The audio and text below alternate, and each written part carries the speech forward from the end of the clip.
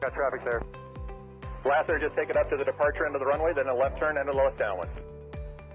Cessna over the threshold, coming up on the white dot, at or beyond the white dot, left turn first available. I got a high wind coming up on about a half-mile final, clear to land at or beyond. Traffic on the left base, you're following a Cessna down, low off your left. Square it up just a little bit, and then we're going to get you in. Start your descent, though. Start your descent on the base. Traffic on final, give me follow on base. Base traffic, start turning toward the numbers now.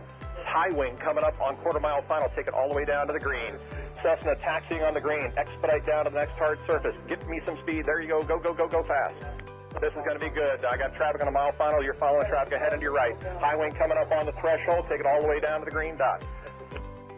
5 Charlie Sierra, 2 mile final. A mile final, turn north, and we're going to just make you, we're going to bring you back around. Jet traffic's coming up on about a mile and a half final, runway 9er clear to land. Okay, all right, let's listen up, guys. If you're on final for runway 9, I want you to offset to the left. I got a jet that's landing on runway 9. The jet's cleared to land runway 9 if you can make it. If not, just continue straight ahead. It looks like you're going around for the jet. That's fine, that's fine, that's fine. Oh, we had one right in front of us, sir. Dragger. Let's see, what we got, a tricycle, put it down, tricycle, put it down, tail dragger, down to the green dot, then a left turn. Short final here, you cleared land on 9, all the way to the white dot, go down to the white dot. Find somebody to follow out here. Canard, just come to the runway and I might have to just send you around, that'll be fine. And for the jet, you just want to stay in this pattern or you want to go back out for an instrument approach? Stay in a pattern, Charlie Sierra. All right, just stay with me here for a minute. And my tail dragger, let's see, over the numbers, go down to the green. And Canard's going to have to go around. Canard, go around. And my high wing here over the runway, keep it airborne. You do not descend. You got a fast guy behind you. Do not descend. There you go. Keep it airborne. As soon as the guy behind you gets slowed down, I'm going to put you down. So keep it airborne. The one that just passed the white dot, make a left turn on the hard surface. All right, my high wing tail dragger, you can put it down now. And Charlie Sierra, let me get you about a mile off. Let's see, Charlie Sierra, I lost. There you are. Make a left-hand turn. I'll try to resequence you here on the downwinds. We'll see how it looks. Short final, you're clear to land runway 9 on the white dot. There you go. And the tricycle left on the hard surface and follow the flagman. Welcome. Thanks for being part of the show. And let's see, just find somebody to follow on the final, and as you get close to the runway, if it's not going to work, we're going to send you around and then try to re-sequence you. Now, who else got sent around that's not back on the downwind? The Canard?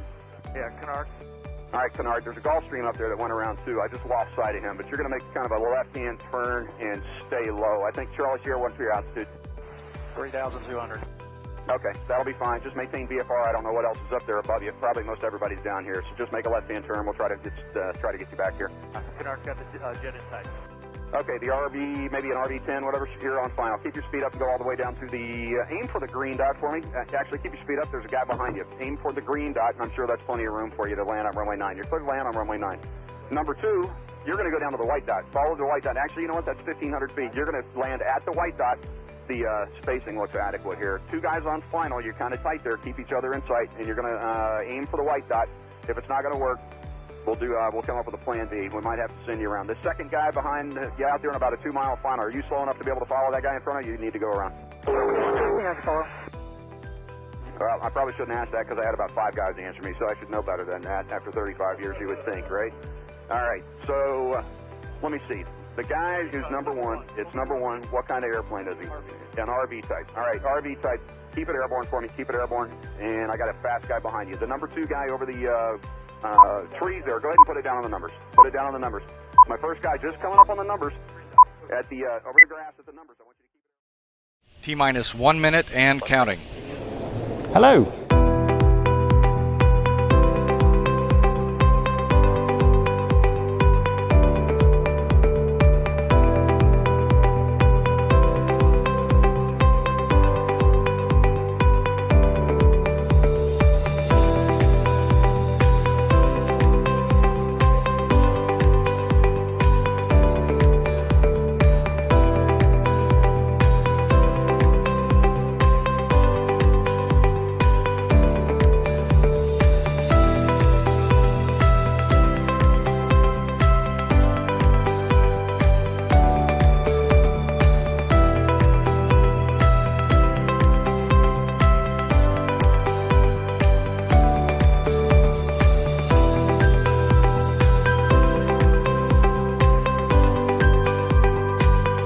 Four, 3, 2, 1. Hello, how you all doing? Hello. Hello and welcome, and thank you for joining us tonight on this Wednesday night. Unusually, first time we've ever done a Wednesday, and it's our review of the year. I hope you're all enjoying your new tiers. We've just gone from tier 2 to tier 3, so no pub for us. Yay! So all tiers present and correct. Jolly good. So there's a whole bunch of stuff to get through tonight. All the good points of flying during 2020, or 2000? Yeah, 2020. So that should take at least, I don't know, 5 or 6 minutes. But before we do that, let's have a look at weather. Simon, can you give us some weather? And how's it been this year so far? Yeah, well, let's have a look in. Let's do a quick rundown of what's going on. Now, I was looking through my logbook and just seeing my flying activities through the year. And do you remember when we went into lockdown, how fantastic the weather became? So what I've done is put my best weather anorak on. I've gone through some charts just to have a look to see what happened with our flying weather. Now, first up, this is the pressure anomaly. So this is the difference from average during the months of January to March. Purple is lower than average pressure, green higher than average pressure. Look at the low pressure up towards the north of us. So we saw strong westerly winds. Now, this is the pressure anomaly then from April to June. So this is the first lockdown. And just look at that, high pressure. That's the yellow and the red colours. High pressure built over us. Do you remember how fantastic the weather went? Almost the day that we went into lockdown. And just to confirm that, this is the wind speed anomalies from January to March. On this one, yellow and orange are stronger than average winds. Look at those blowing straight the way through the country. And then came along lockdown. The blue colours are lighter than average winds. The white colours are average winds.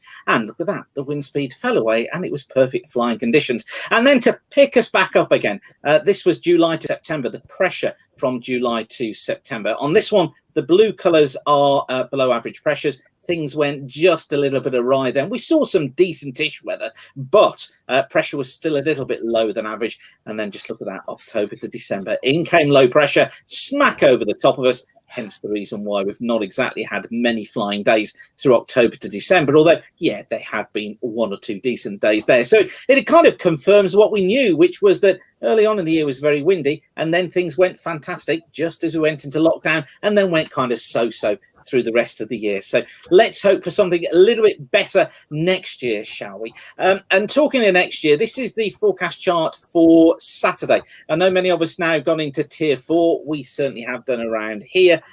So I don't think there's going to be that much flying going on. But this is how things look if you're lucky enough to get up there. Still a cold polar northeasterly wind. So some showers down these eastern coast of the country. They'll be wintry again. Further west, actually, Saturday looks like being a fair day. Plenty of sunshine around. Watch for lowering freezing levels. And also, there may be quite a bit of moisture in the atmosphere, particularly in the Midlands and eastern areas. So if you do get a shower, got to watch out for a risk of some icing. And then for Sunday, I think this is where we see heavier showers coming onto these eastern coasts. Again, they'll be wintry at times. Some of them are going to be quite heavy. And I think as they get inland into parts of the eastern Midlands, through East Anglia, into the southeast, then we could find some more persistent snow showers. But Wales, southwest England, northwest England, most of western Scotland looking like being fine again on Sunday as well. Bases on Sunday, about 4,000 feet, tops at about 8,000 feet. So it looks like actually both Saturday and Sunday, not bad days. Next week, get ready. Could be a beast from the east and some more widespread snow around. Happy New Year, eh? Happy New Year. Well, thank you very much for that, Simon. I take it you didn't fly over Christmas? No. Unfortunately not. I was meant to be flying today, but then, of course, we've got snow here at the moment. So that kind of went out the window. I was planning to fly Saturday and Sunday, and can you believe we've now gotten to tier 4? So I suspect that that's gone as well. So there's the tip. Never follow the weatherman flying, because it seems every time I book, something happens. So it's going to be back to him and the books for me, I think. I think hopefully we can safely say that 2021 will be the year you go solo, Simon. Oh, please, yes. That's what I'm praying to every god I know for. Is it always like this? Is this what happens with flying? No, I think as times to have your flight training go, you've probably picked the most challenging. Yeah, I just think everybody else is laughing at me because the weather's so bad. Normally for most pilots, they can point at the weatherman and go, see, now you know what it feels like.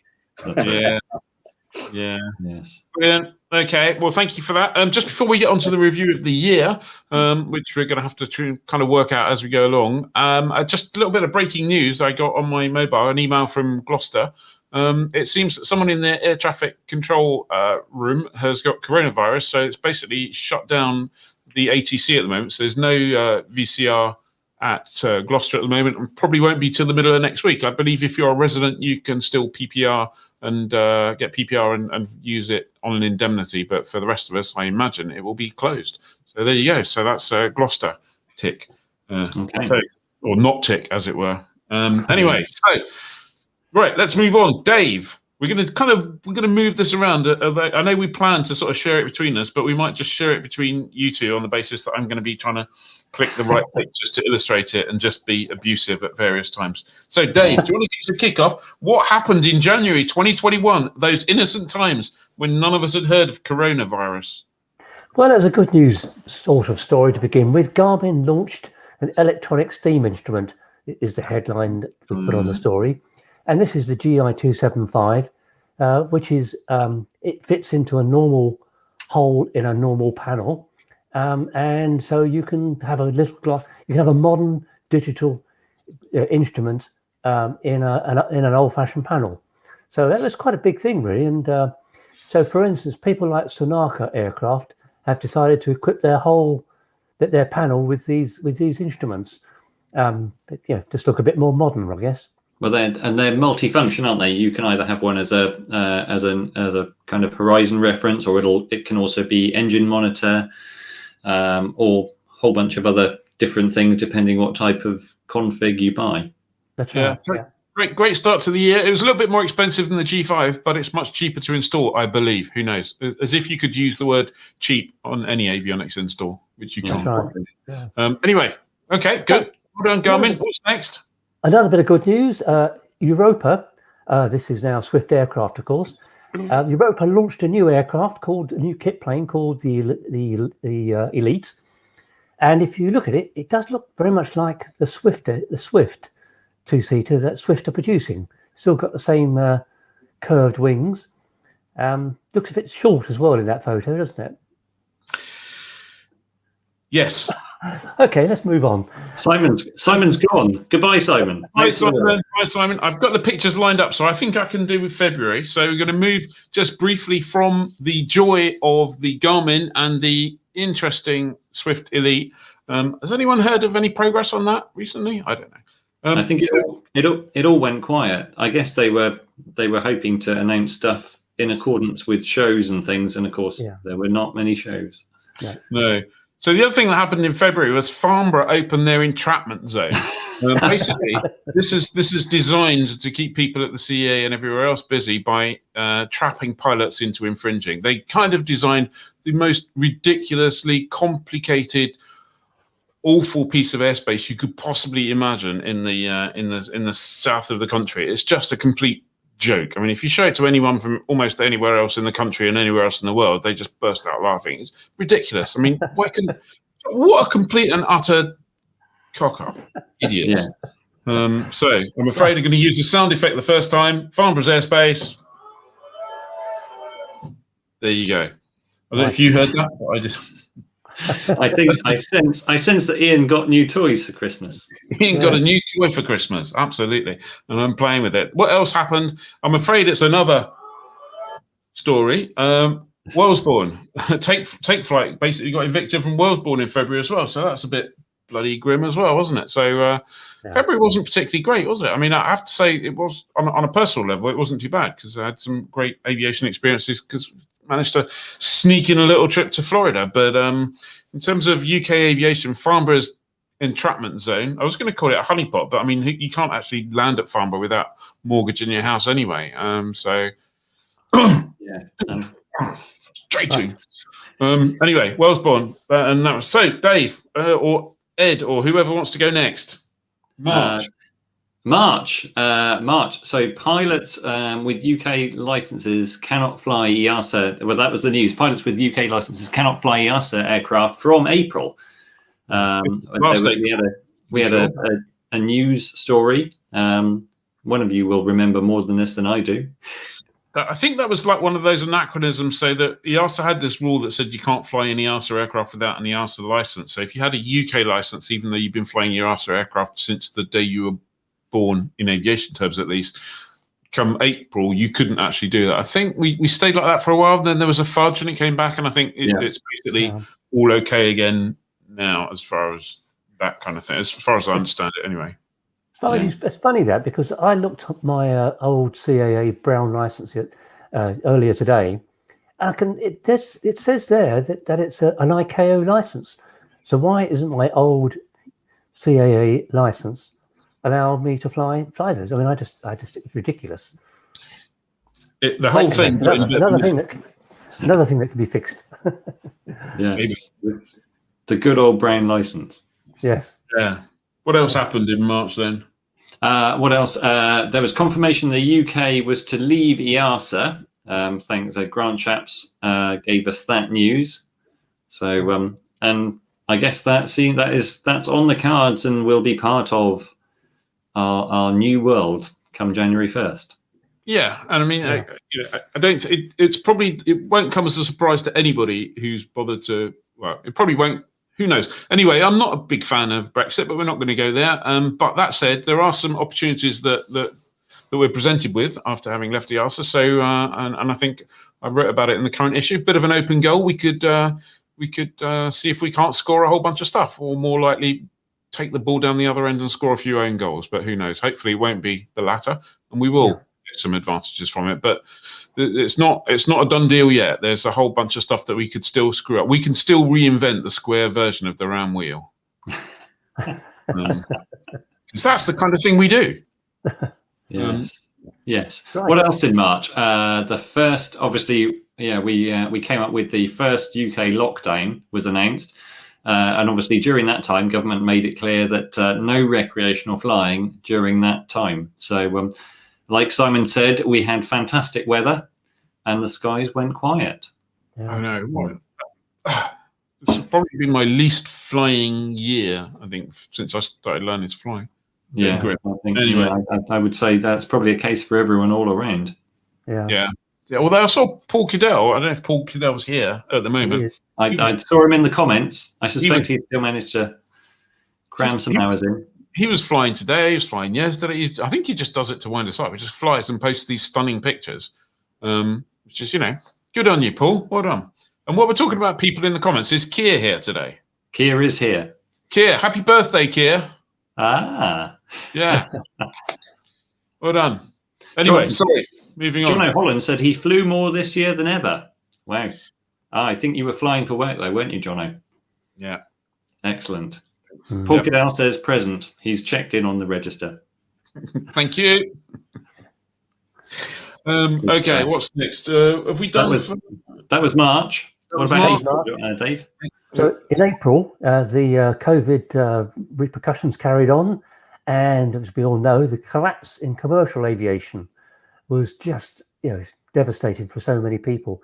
It literally ran a wrecking ball through the whole industry. And the bit that really affected us was we have these shows called Pilot Careers Live. We have a whole side of the business devoted to flight training for commercial aviation. And our Pilot Careers Live, we got one in Dublin at the beginning of March, but then 5 other events, starting with one in April, big one in London in April, had to be cancelled. And it's been not obviously it's difficult for us, but it's very difficult for the whole industry.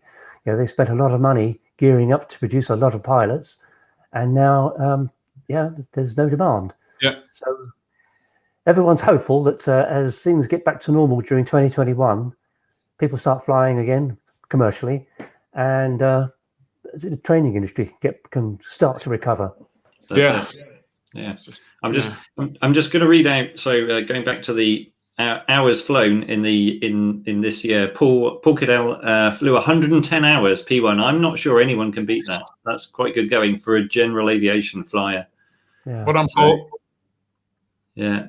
And also, what else did I see? Oh, and congratulations to Melanie Moxon, who flew today and finished her tailwheel differences training. Well done, Melanie. Good work. Good work. Yeah. Yeah.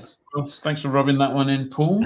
Can you say what else we got in April? Well, the other big event of April was that our favourite European GA event, Aero Friedrichshafen was cancelled. We also heard about the same time that Oshkosh was going to be cancelled, and innumerable other aviation events have all been cancelled. Friedrichshafen hoped to go ahead. That's Aero Expo, by the way. That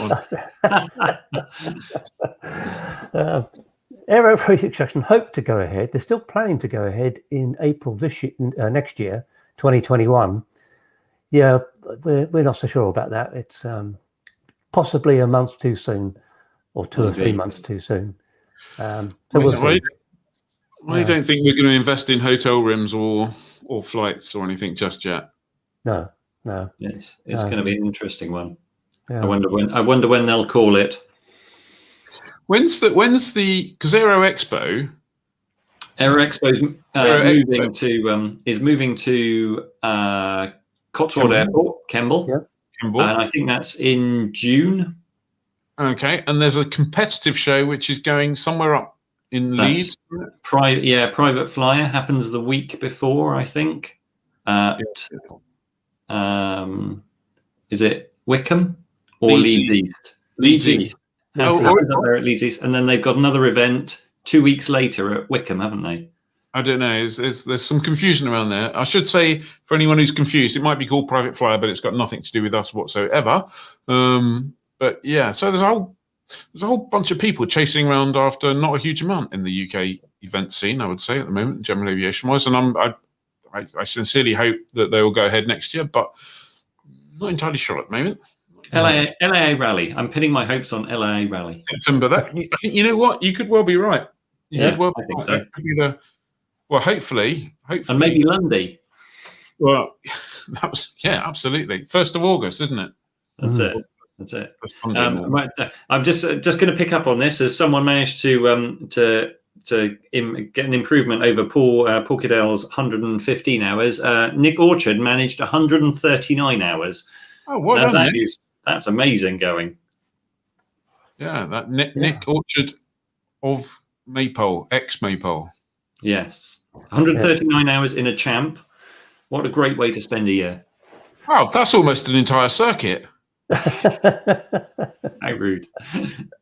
Sorry, Nick. And someone's reminded me it's the LAA 75th anniversary this year. Next year. So that will be a good reason to go to the set the date in your diary. First weekend in September. Yeah. So that's so there was a bit of bright news in April, which was the CAA extended the validity of licenses, ratings, and medicals because obviously people couldn't get to do things. So a little bright spot, but didn't really matter because we couldn't go flying anyway. Well, Ian, over to you're going to do May, starting off with our own big news. So in May, basically, we went digital. This is our first digital issue. We went completely digital. Frankly, with the lockdown, the whole newsstand collapsed, and there was just no future in shipping thousands and thousands of copies to newsstands up and down the country for them to get shipped back and pulped. It was just completely pointless. Wasn't any good for the readers. Wasn't any good for the advertisers. Wasn't any good for us. So we decided to go digital. And frankly, had we not taken that decision, I'm not entirely sure we'd be here today. So, but we still are, and we still are, and it's been the biggest and boldest and best step we probably could have taken. So we finished the year in a good spot. And thanks to everyone for their support, really. Yeah, no, absolutely. It has been a bit of an interesting year. We've learned an awful lot of stuff this year. We've been really, it's kind of been a bit full on. I don't think I've ever worked quite so hard, to be honest. Luckily, I'm young and can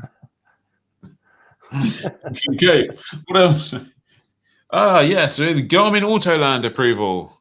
There you go. It was approved, first of all, in the M600. We did a couple of features on this. There's a little video on this. Basically, it's equipped. I think it's in the Cirrus SF50 jet. It's in the M600. And I think, is it in the TBM yet? TBM 930, 940. 940, yeah. 940. So, basically, if your pilot gets incapacitated or your husband or wife or partner, whoever's flying, has a heart attack or whatever, you press the button, assuming you can't fly yourself, and the whole thing kind of takes care of it and transmits, finds the closest airport with an instrument approach, lands, stops on the runway, and then immediately issues on the frequency news that the airport's closed. So pretty funky system, to be honest. I don't think it's been used in anger yet. No. Do you think in maybe next year's update there might be a HAL version from 2001 where it starts commenting on your flying and going, "Are you sure about that? Well, that landing was a bit hard." I don't understand the reference to HAL in 2001. I'm sorry. Oh, you're not good with film references, are you? That's all right. Everyone in the comments will get it. Okay. Yeah, I don't know what else happened. Yeah, we got this Volt Aero thing. So this is probably the. I have no idea what the Volt Aero thing's about, and well, it's about a French company called Volt Aero, who are based near Toulouse, and they're basically made up. The company was started by a couple of ex-Airbus guys, their chief technical officer, and also one of their test pilots. And they started the company. They want to make a hybrid electric. So in other words, they've got an internal combustion engine as a generator powering electric motors. In Volt Aero's case, it's a really interesting 3-unit engine, which they just tested and made it work for the first time. They want to produce a family of aircraft. They're not being small in their ambition. This called a Casio. They want to make a whole family of 3 different size aircraft using the same technology.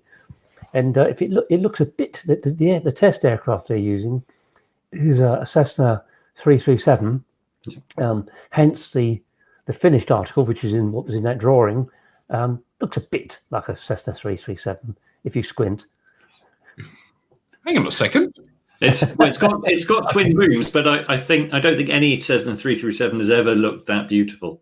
No, it is very nice. Dave, you should take this recording about it looking like a 337. Take it to your next medical. I have got new glasses. Perhaps that's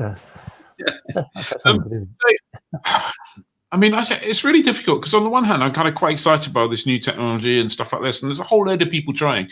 On the other hand, when someone says, we're going to produce a family of aircraft, and I can't help thinking, all you got to do is do a drawing and call it a family. It's not like you've actually got to build one or anything to say family, is it? And so, I mean, I look forward to the day when the technology breaks through and we actually get something physical we can touch and see and feel and hear. But there's an awful lot of that. The signal to noise ratio is a bit high, should we say, or low? I think if you look at it, this year's probably even though it's been a rough year, we've had more electric and hybrid projects coming to the fore, and people coming out with ideas. And there's every year you get more and more projects are out there, and you only need a small success ratio from that range of projects. It's not like we're needing tens of thousands of new aircraft. We just need a small amount to stick and be successful. So I think it's fantastic. Yeah, fair enough. Next, well, of course, Pipistrel have actually done it, haven't they? That's it. That came along in June, wasn't it? So I'll skip one of ours. In June, EASA issued the type certificate, the world's first, for an electric aircraft, which was the Pipistrel Velis Electro. The aircraft had been. We kind of found out about it in March, but Pipistrel had said, stay quiet about it until EASA was ready, and it took quite a while for that to come along. But the news was out then, so. And it's quite interesting. There's been a few people on the Flyer forum, different clubs. They've been operating them. Certainly, one of the most interesting things I heard is the operating cost. Yes, the electric is cheap, but actually the cost of the airplane is quite high, and insurance on an electric airplane that's turned out to be quite high as well. So whether it'll clearly be the environmentally sound magic bullet. Whether it's the dream of cheap operation, who knows? I think interestingly, I think there's a thread on the forum with one that's in an aero club in Sweden, and it's massively cheap to operate, mainly because the Swedish authorities haven't got their arse into gear over flight crew licensing yet, because there's a anomaly that the rating is for piston and stuff. So and they haven't managed to sort that out yet. So as far as I'm aware, there's like 2 instructors who can maybe fly it once or something like that. But the kind of thing is effectively grounded, and you can't fly students, or you can't rent it out, you can't check out people. So at the moment, that's a little bit of a pain in the backside that does really need to get. It's one of those things where you can just imagine someone not being pragmatic enough and getting it sorted out. Mark Litherland said, "I'm loving Ian's grumpy old man act tonight." I'm not grumpy. I'm a happy person. And Claire Bartlett points out there's one Velis Electro on the register. So that's being brought in by Deepak Mahajan, who's the UK agent. So, I think that's the one being operated by Nebo Air. Yes, which is a new company. Yeah. Yeah. Interestingly, someone said, Andy Kennedy, this is in reference to the last photo, he said, "How does it still have an oil stain down its belly?" That's a good point, Andy, but I think that might be mud.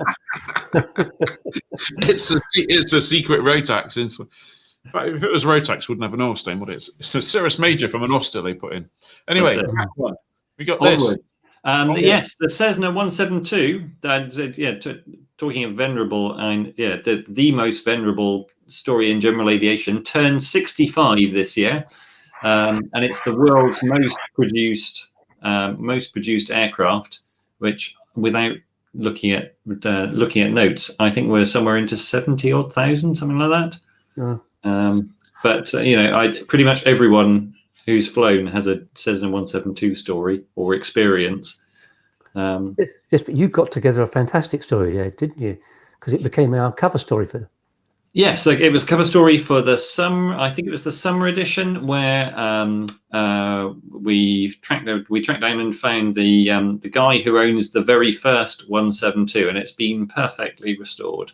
And he uses it as his regular airplane, and that's a beautiful restoration. That, like all digital issues of Flyer, that one and the others are all free to read. So head to the magazine tab if you missed the story about the first 172.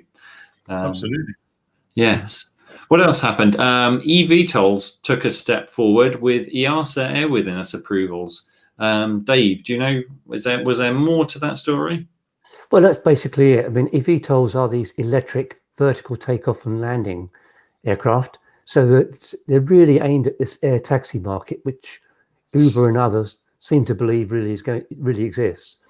Anyway, EASA have been proactive on this. They really want to make it work. So they've started to work on airworthiness proposals. And it's, there's a lot to think about. Obviously the power unit, but a lot of them are using all sorts of different ways of construction. They're even talking about autonomous controls. So you fly it like a drone, basically. There's no pilot on board. So there's a whole bunch of things which have to be worked out.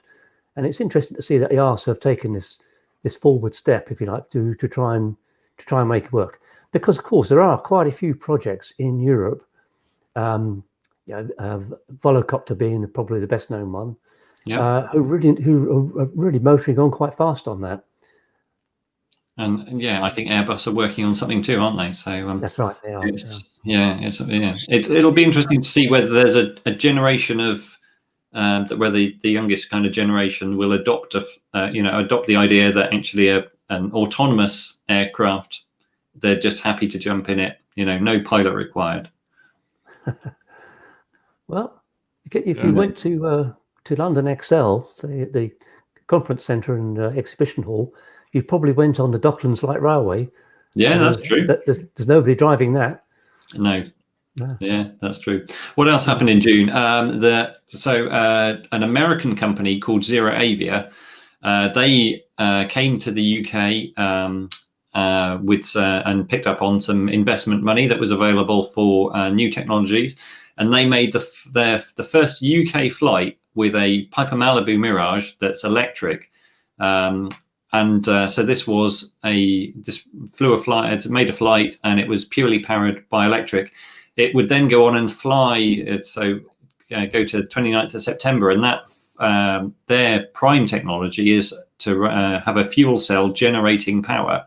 So by the end of September, their fuel cell powered Malibu Mirage then flew again. So And I think Mark Hales picks up on this in his columns from time to time, but hybrid is probably the battery tech needs to come on for pure electric, but hybrid promises a lot for UKG, for all GA really.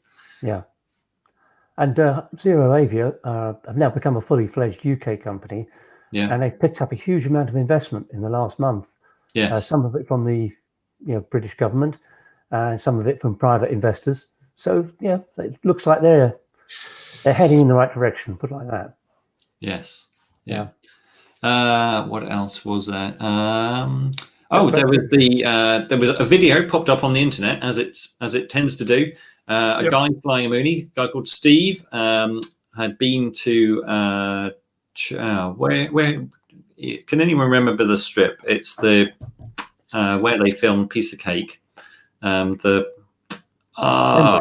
No, someone's going to suggest. That's where he landed, wasn't it? It's the he landed at Membry, but he'd been to Farm Strip. It'll pop into my mind. Anyway, on his way back, baggage door came off, and the video circulating on the Charlton Park. Keir Williams has got it. Thanks, Keir. And baggage door came off, and it managed to impale itself on the leading edge of his tailplane.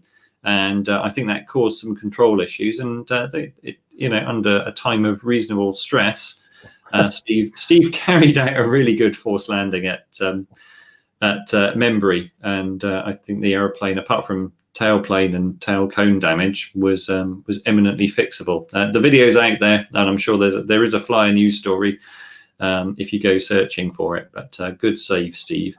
Yeah, that was. You did a good job. Good job. Yeah. Yeah, it's always easy, isn't it, to look at a video and go, "Oh, I would have done this better," but you're never there at the time. So, no. I think that video we can see that Moonies have got quite tough undercarriage. Yes, yeah, it was quite a firm landing, but I'm sure any firm landing in that situation is a good one. Yeah, absolutely, no criticism whatsoever. Yeah. We ended June with the news that the UK was to accept the new 500 kilogram, not 500, 600 kilogram microlight weight limit. Obviously, there's some questions now about, I think there was, at the time, was it going to be called microlight? It certainly ended up being called that. So we'll wait and see how that transpires, what that brings us. But sorry. I think it's an exciting prospect. You've probably got a view on this, Ian. No, I was only going to say that I'm due to speak to Steve Slater and Jeff Whale early in the new year, early 2021, to see how progress is coming on the airworthiness code. Because obviously we couldn't accept the airworthiness code that everyone else has got. We have to go and make our own. And I think I can just feel the edges of that. Their intention is that it becomes relatively easy. I did ask a question about, would the new TechNam that is kind of ready for Germany or something be easily available in the UK? And the answer was kind of like a little bit of a political, if they can contact us and we'll help them. So basically, yet again, I so hope I want to be wrong on this, but I fear that we're going to end up with this little narrow, we've got these differences here and these differences here, but it's better than everybody else's. It's just not the same as everybody else's. So we won't be able to get everybody else's, and any manufacturers in the UK wanting to sell elsewhere will have to do different models from the one they do here. So that's kind of, I think that's what I mean. There was an own goal. We could have put it in, but no, we took it to the other end, shot our feet off on the way. And then, well, maybe we can issue the Flyer Challenge for 2021. So BMA and LAA and working with the CAA, let's take 600 kilogram and make it as easily applicable as we can to UKGA, because the number of aeroplanes that this applies to and could bring to market is just fantastic. No, absolutely. Let's try and do it seamlessly without any hassle. And I really, really, really, really, really would like Jeff and Steve to just be able to go, Ian, you were wrong. You're an idiot. And I'd be very happy to be that idiot and be wrong. I'll just throw in, going back to the Mooney story, the Steve and his forced landing. Niels Baker says, I think Steve only has had 160 hours at that time. So good save in early learning circumstances. So okay, just a heads up, peeps. Which month are we through to? We end of June. We are at July. We're at July, and we're also half an hour and 35 minutes in, so we need to go faster. Go faster. Get rid of this 2020 as soon as we can. We've had enough of it. Okay. Dave, give us Okay. July. It's wide open throttle then. So Yes. Bicester Airfield is a bit of controversy here because it's being the management of the airfield is being taken over by Bicester Motion, or Bicester Heritage, whichever you like to call it, and the gliding club that used to be based there and used to run it, Windjammers, have gone off, and there's a bit of ill feeling going on there. However, moving on very quickly, Garmin during July suffered the famous ransomware hack attack, which meant that many of their services were unavailable for a while, but they managed to get it back. That was the same month, 2 or 3 days, wasn't it? Yes, it was. Yeah. It wasn't instantly they didn't get it back. No, it was. I think it was the best part of a week that they lost some of the services. Yeah. Bit of good news for them was that EASA certified the Garmin G3X Touch panel display, which is now finding its way through to an awful lot of aircraft, and a very nice display it is. It is. Yep. That's it. Okay. Yep. So we're into August, Ian. Are we? Yes. Okay. Old Serum. Yay, it's open again. No, it's not. Only for parachuting. Yes. So that was like, yeah whatever. But there's some plans afoot for Old Terra, aren't there? Then what? Sorry. There's some plans afoot. I know they have talked about the future access for GA. I know. I mean, without going into the massively complicated thing, it was an airfield. Everybody could land there. Then it wasn't an airfield. Then it was going to be houses. Then it wasn't going to be houses. Now it's not an airfield, but now it's an airfield just for It's an airfield. Open it up. Let people land. Don't make it difficult for yourselves. We spend so much time making everything so bloody difficult these days. Anyway, talking of which, the other thing, I mean, what is that all about? I mean, seriously, bloody Farnborough get the most ridiculous airspace in the world, and then some guy sitting in an office in Brights going, that's not right, we could have more complicated airspace than that. And they put together this pile of rubbish, which is only marginally better than the pile of rubbish they had before. Geez, I mean, we haven't got it yet, thank God, and God knows what's going to happen to it. Well, I mean, come on, don't be so bloody ridiculous. It ain't that complicated. The rest of the world copes without having airspace like this, for God's sake. It's what happens when you design airspace with an Etch-a-Sketch and not much consideration for the rest of the flying world. An Etch-a-Sketch operated by a 3-year-old, a hyperactive 3-year-old eating lots of blue Smarties. Yeah, 3-year-olds are pretty competent on an Etch-a-Sketch. Yeah, that's true. Okay. And then there was a bit of sad news at the end of the month, which is Pierre Robin passed away. Obviously left a massive, massive legacy with all the Robin DR400s and Jodels and all sorts of other stuff before that. So absolutely fantastic. I've a quick reference to I think it was Flyer of August or September by then, because obviously Dave had a fantastic interview with Pierre Robin's son, and Christophe granted us access to the family archives. So there's a great feature with a whole bunch of archival images from the Robin family archives. So if you missed that, go and check that out, because that was a real thing to enjoy. Yeah. No, absolutely. September. Who's got that? It's me. It's you. So not a lot happened in September, but the Diamond DA50 RG did receive its EASA type certificate at long last. It took a while, because this aircraft was unveiled at one of the air raids probably 2 or 3 years ago, and like everything, it takes a long time to come through. But it's powered by the big V6 turbo diesel from Continental. I think it's the first application of that engine in a type certified airframe. I'm obviously big Diamond, large cabin, in all the usual Diamond build quality stuff. So nice to see in a time when not a lot of new aircraft come along and get certified. Nice to see manufacturers still taking that challenge. So seems to, I mean, I've seen a few polls and stuff online, and there seems to be a whole load of people who really, really like it, which is great news for Diamond. I look forward to flying it one day. I can't say that it's the most beautiful airplane I've ever seen in my life. Call it functional. It is. It's a functional looking airplane, but I guess they've been able to take bits from their existing parts catalogue and create that. It's a big old machine. Does that mean like it's a Frankenstein type thing? Well, maybe not. But I think it's the D8. It's the same fuselage, isn't it, that they use for the 62, and probably a very similar wing. So as some of the twins. A couple of things in the comments. What was it? Oh, about the Bride's airspace. Someone said no, they won't be able to manage that airspace due to controller workload. And then Mark Randall says the FAA can organise JFK, LaGuardia, Newark, Teterboro. What's our problem? Exactly. Yeah. So it's all too difficult. Yes. Let's not get bogged down. Let's move on to October. Hooray! Bit of good news. Talking about there's a rebate for electronic conspicuity devices. So to coincide with that, we did a feature, didn't we? The cover story for an issue around about then, testing a few electronic conspicuity devices, and so that's also available back on. If you look at the website, there's a section called magazine, and you can see the back issues there, and there's a link through to them. So. But that rebate's still available, I think, isn't it? It is. Is that running through till March? I think till the end of February. I think end of February. So that gives you up to £250 off the purchase of a whole bunch of electronic conspicuity devices. So things like Sky Echo, Pilot Aware, a trig transponder, or a TN72 GPS. A whole bunch of things. So if you're in the market for that, and I know the uptake has been fairly massive, make sure you do something.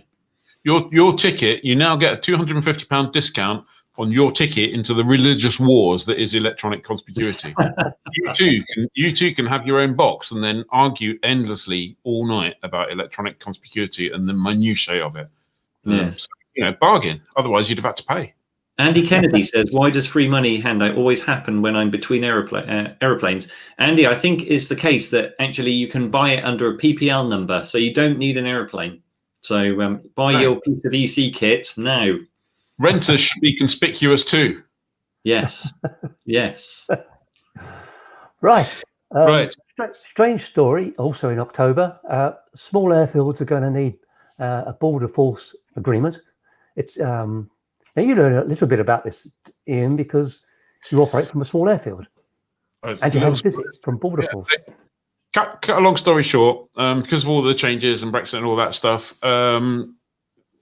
basically, at the moment, all strips in the UK have got a blanket exemption, and they will have for quite a while, for maybe, I think, 2 years. So you can come and go from France, from the EU, and stuff like that, with 4 hours notice inbound, etc., etc. But everyone will eventually, over the next couple of years, have to apply for their own certificate of agreement, and all of the complexities that, I mean, it's stuff that you didn't have to do before that you have to do now, but frankly, it's not a big deal. And hopefully, if nothing else changes, it should be good. So well done to Border Force for taking the initiative to make it easy in the short term.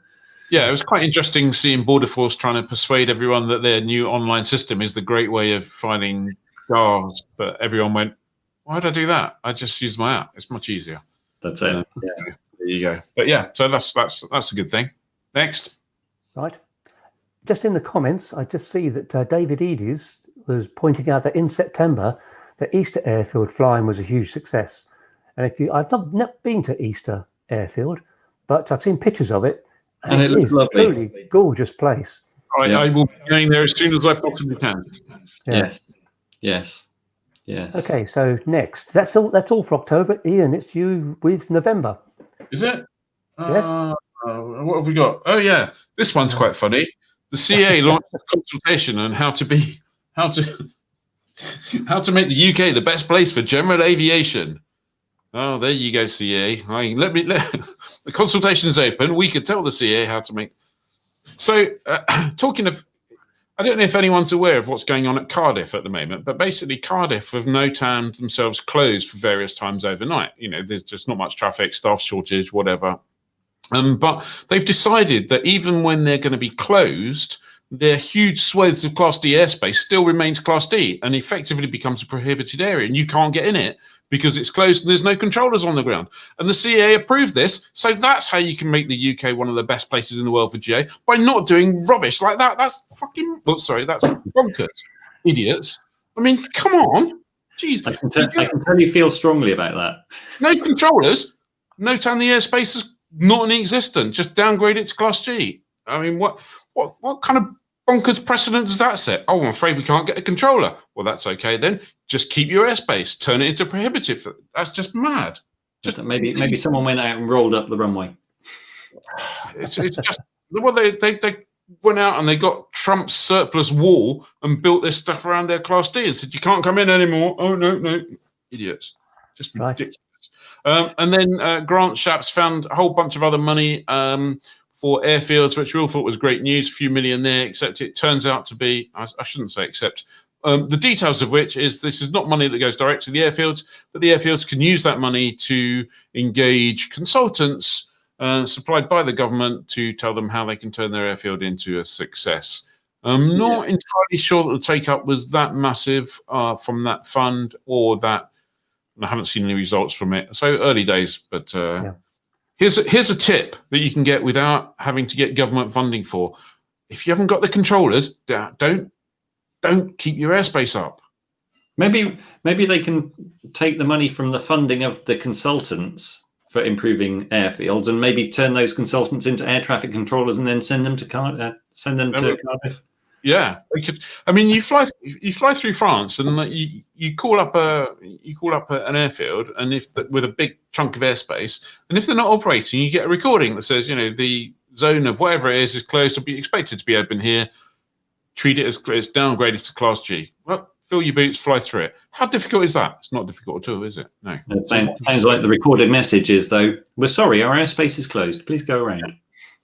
So I think the CA consultation on how to make the UK the best place for GA is don't waste our time by giving us consultations if you're going to get basic shit like that wrong. Yes. Don't swear. Sorry. Thanks.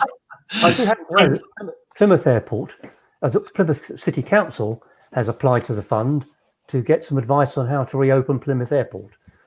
Well, if that's one win that we get from that, then that will be a good win. Yeah, absolutely. That must bring us on to December. It does. When it became clear, so one of the big news stories in that was that if you have a LAPL privileges are cut when when UK leaves EASA. Ian, again, I think you know a little bit about this. So it's basically, to cut a long story short, the LAPL license is a sub-ICAO license. So it's not an. So as we become a third country from 11 o'clock tomorrow evening, your sub-ICAO license is not valid on G-Reg or any other reg anywhere else outside of the UK. You can still use it in the UK. And equally, if you're flying a PPL on a LAPL medical, which you can do, which brings it down to LAPL privileges, that's not valid outside of the UK either. So it's just a case of understanding what's ICAO and what's not ICAO and the LAPL. I mean, kind of hopefully, now the political stuff's out of the way, hopefully the grown-ups will get together and sort of work out a whole load of more pragmatic agreement, but it might take a while. Anyway. Someone's pointed out, Martin Hans has pointed out, Southampton turns into Class G when they're closed. Yes, there's some. I can't really talk about it because I saw some stuff and I'm just waiting for some confirmation of it. But you're right, it does, and the reason that the result of it closing was used, I believe, by some of the people in Cardiff to justify not downgrading to Class G, which the whole thing is just ridiculous. That wasn't swearing. No, 2021 again. The challenge is make things simpler and better. Yeah, absolutely. What else have we got? December. Oh yeah, it was the last thing. New format for flying. Yes, well, not that we can tell you very much at the moment, but we can promise you that in the probably the first third by the end of the first third of 2021, you'll see Flyer in a whole new format. Obviously, we're really grateful for everyone who's stuck with us with the current PDF page turner.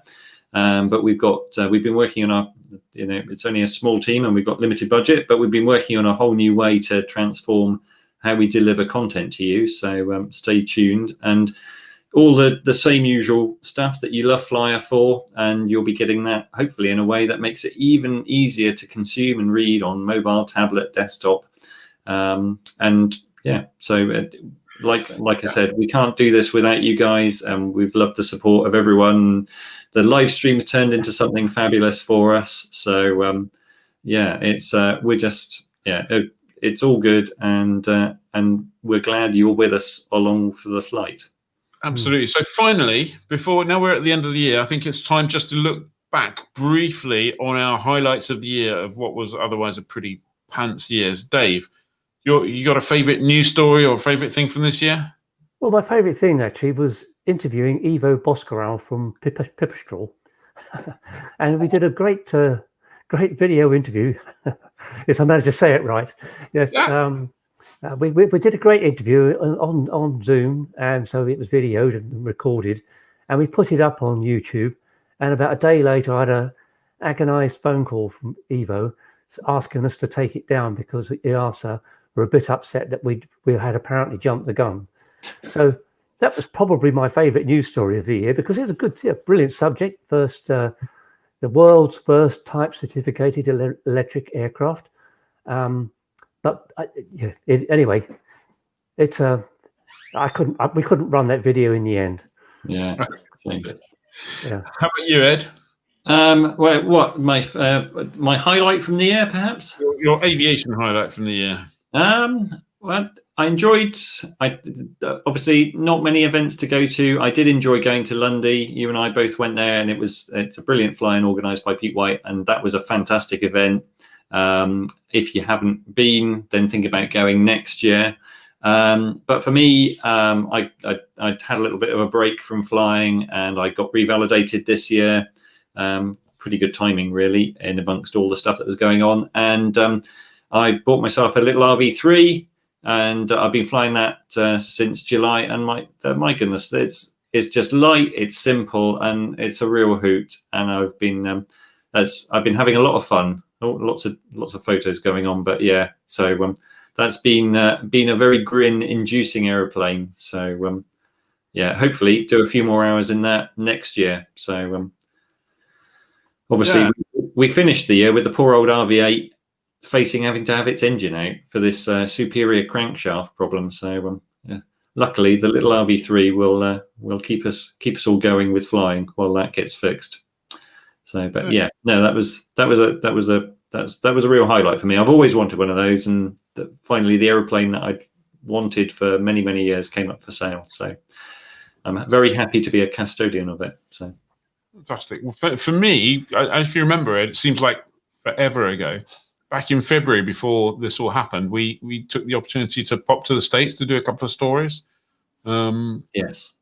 And I think my flying highlight for the year was getting a chance to go fly this, which was a pretty wacky aircraft, the Pilatus Porter amphibious version. So that was pretty funky.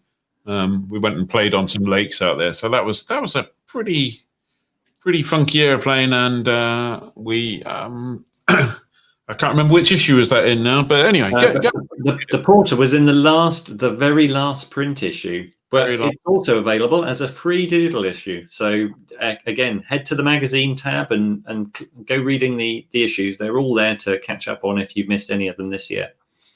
And finally, just to end the year, probably my favourite moment, and one of the things that we've all forgotten about, and I've certainly forgotten about it for a few years now. There was a bit of a challenge this year with haircuts. So, no. Anyway,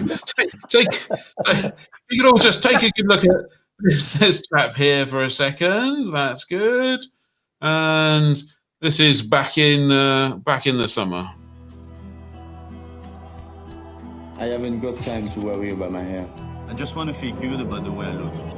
New L'Oreal Elvive Nutri-Vitamin Shampoo for men. I thought we'd promised that, I thought the agreement was that video would never be made public. It's never going to be made public in 2021. That's it. Yeah, but I'm surprised seeing my short hair now, how long my hair got. Yeah.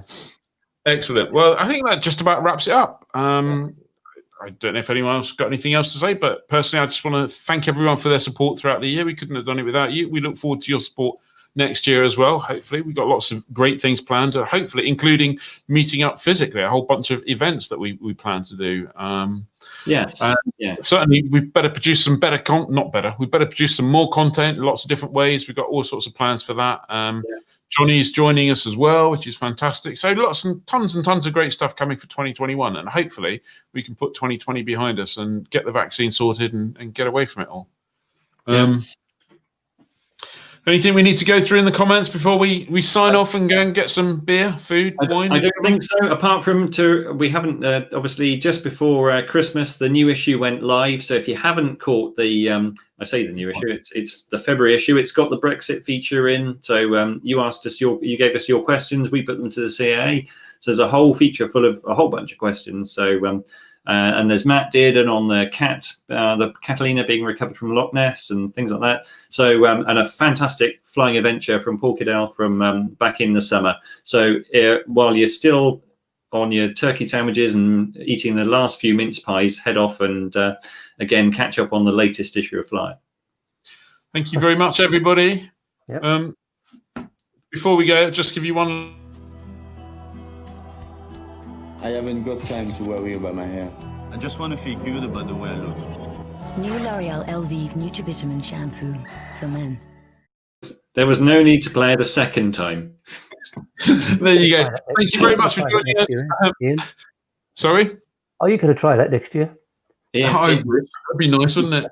That's it. We may need to get Ian a fuzzy felt haircut or something, or maybe a wig. He can do that. Yeah. We'll work out something for next year. We'll have a whole load of stuff next year. Anyway, thank you very much, everyone. Thank you for joining us. Thank you, Ed. Thank you, Dave. We look forward to seeing you next week, Thursday, 7:30 for the live stream back to normal. And have a great new year and stay safe. Thank you. That's it. Happy New Year, everyone. Happy New Year.